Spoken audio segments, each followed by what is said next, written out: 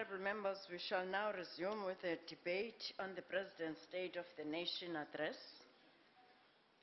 And I'll call upon Honourable the Minister of Economic Development.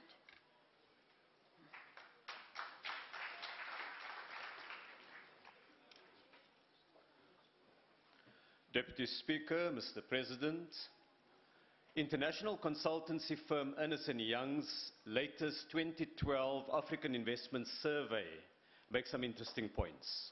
One, the number of foreign direct investment projects in Africa grew 27% from 2010 to 2011 and have grown at a compound rate of close to 20% since 2007.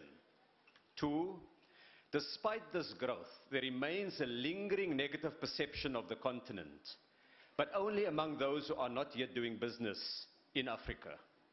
Three, the story of Africa's progress, not just economic, but also in socio-political terms, need to be told more confidently and consistently.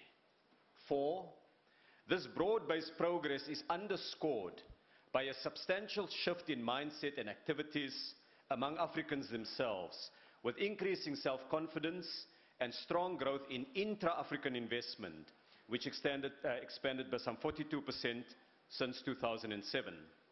Five, regional integration is critical to accelerated and sustainable growth, with the larger market creating the critical mass to enhance the African investment proposition.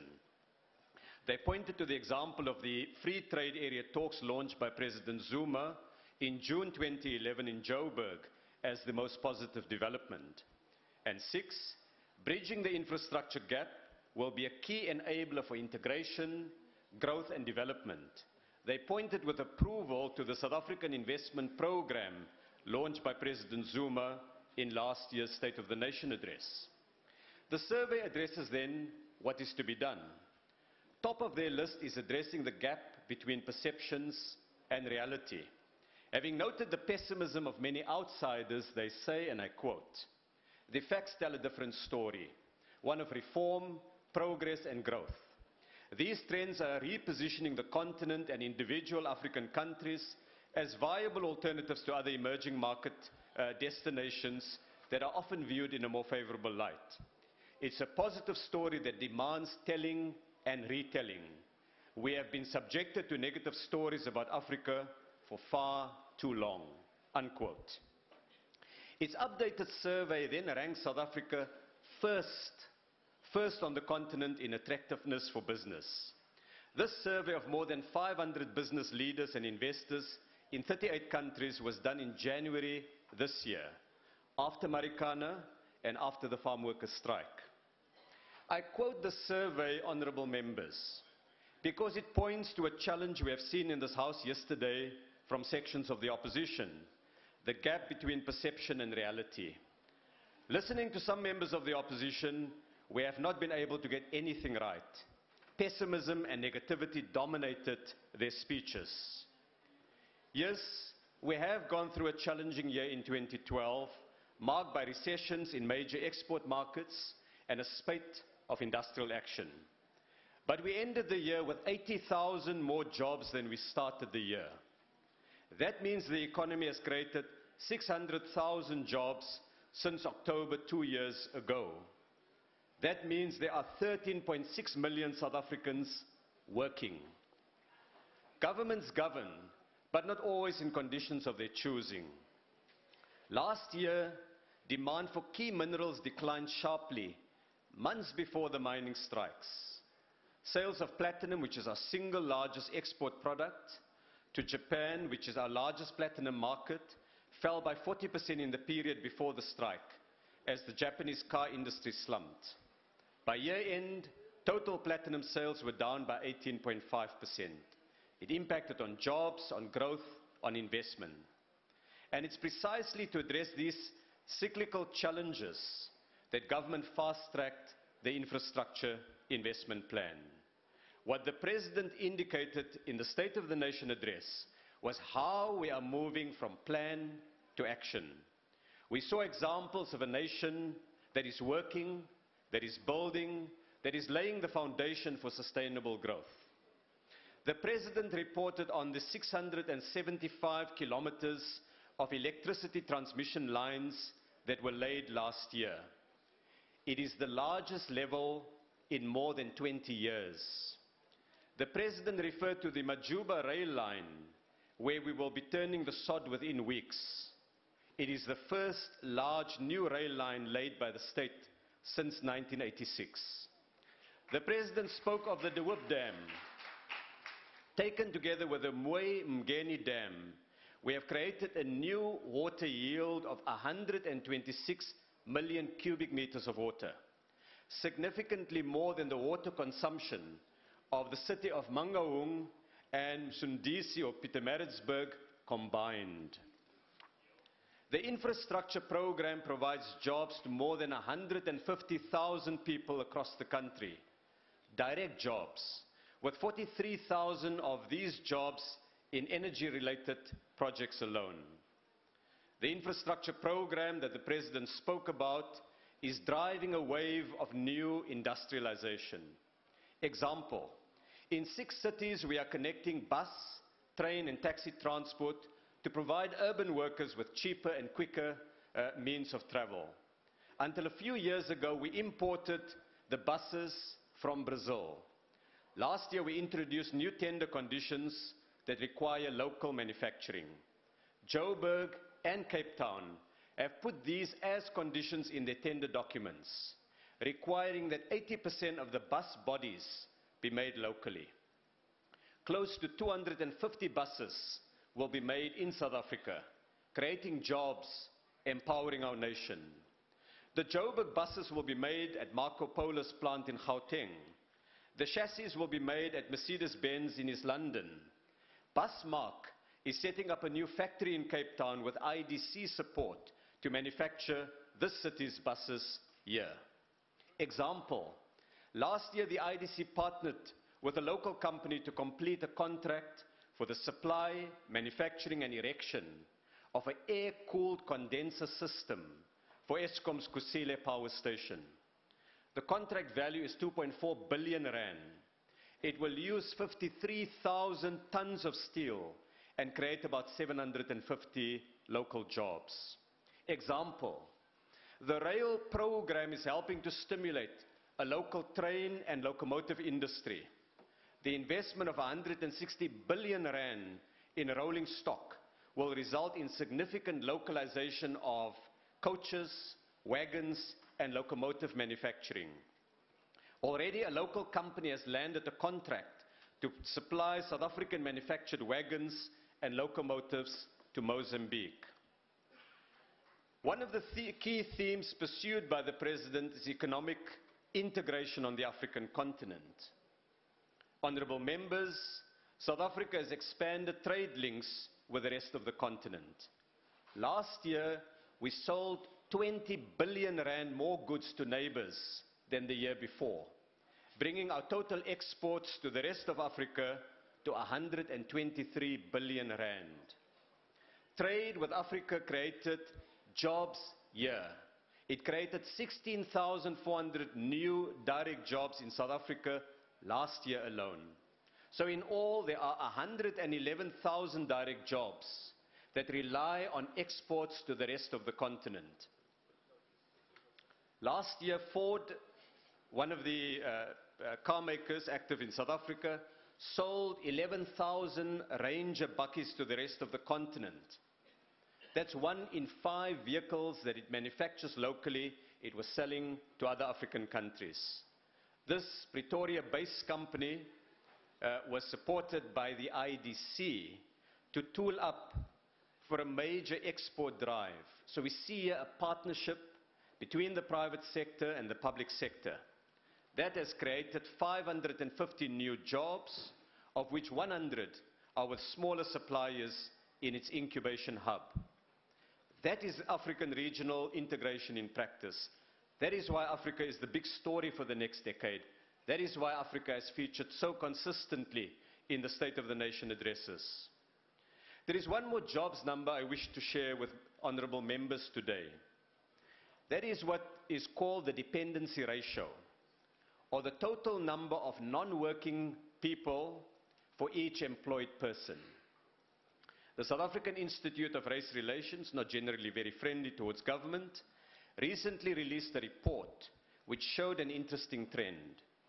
In 1994, there were 3.8 people for every employed person. 3.8.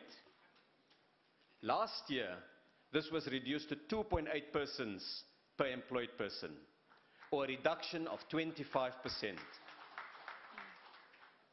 For Africans, the reduction was even more dramatic. The ratio moved from 4.9 people for each employed person to 3.2 people for every employed person, or a 35% reduction. Yes, honorable members, we still have significant employment challenges, but we are also beginning to see real progress. Last year, we saw both the Marikana tragedy and the strikes in the Western Cape farming sector. The picture the opposition painted yesterday is of a government simply doing the bidding of an overpaid and unproductive labor elite. The reality, of course, is very different to this suburban dinner table impression. Those who travel through this beautiful country, not only its mountain, not only its ocean, but also its factories, its farms, its mines, will see the face of the working poor. They are also South Africans about who government must care. A quarter of workers earned under 1,500 Rand a month in 2011, the latest year for which data is available. In contrast, the CEOs of large listed companies in mining, in finance and in services earn between 6 and 9 million Rand a year, or 135 times as much as workers in their own enterprises. We point to these vast disparities not to score points, but to recognize that they limit our country and our people from developing the social cohesion that the National Development Plan calls for and that successful economies need and benefit from. Of course, we need to improve productivity and lift the levels of investment as part of the strategy to address the need to improve industrial performance and working conditions. But I wish to note also that productivity has grown in recent years. In the year to mid-2012, according to the latest Reserve Bank data, productivity outside of agriculture climbed by 1.2% and by 2.3% in manufacturing. Let me use the example of agriculture to show how we are attempting to address the challenges of promoting employment. The Stats South Africa figures show that farm employment is growing, with 55,000 new jobs in the past 12 months. There are success stories we can celebrate.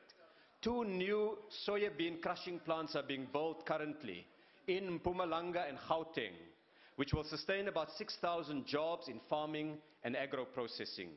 A new chicken business in the Free State has created 560 jobs in the abattoir and chicken feed factory, resulting in the country's 5th largest chicken broiler producer. And the company intends to up the employment to 1,000 people. In the tomato paste supply chain, about 700 jobs were created last year when companies invested in new capacity following a trade tariff increase by ITAC. In Case Kamahoek, an upgraded dairy with a new milking parlor, fencing and upgrading of access road is leading to the employment of 80 people. Kucha Dairy has created 200 new jobs and will increase Eastern Cape milk production by 20%. In January this year, I met with a senior executive of global consumer goods company Unilever in Davos. He was positive about South Africa. He said they're expanding their local operations. He said they were making eThekwini the hub of all their African operations this year. They're also targeting South Africa as the key supplier of a sunflower seed project. I make these points because they're good news stories. They should not depress those members of the opposition that wallow in negativity. They should be jointly celebrated.